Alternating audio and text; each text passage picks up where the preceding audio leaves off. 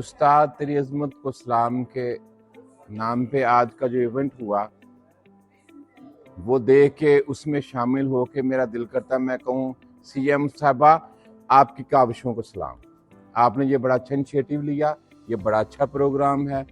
यहाँ आके मैंने महसूस किया, ख़ास तौर पे जो इसमें मुजम्मल साहब ट्रेनिंग दे रहे थे वो मैंने महसूस किया कि वो हमारे लिए बेहतरीन ट्रेनिंग थी।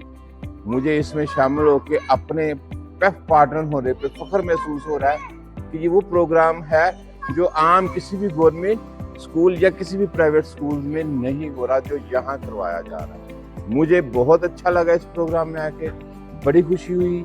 और ख़ास तौर पे वज़ीर-ए-तरीम सिकंदर हयात साहब, आप और हमारे चेयरमैन जनाब मलिक शुएब अहमद ऐवान साहब, आपकी अज़मत को भी सलाम पेश करूँगा जिन्होंने इतना अच्छा प्रोग्राम ऑर्गेनाइज़ किया।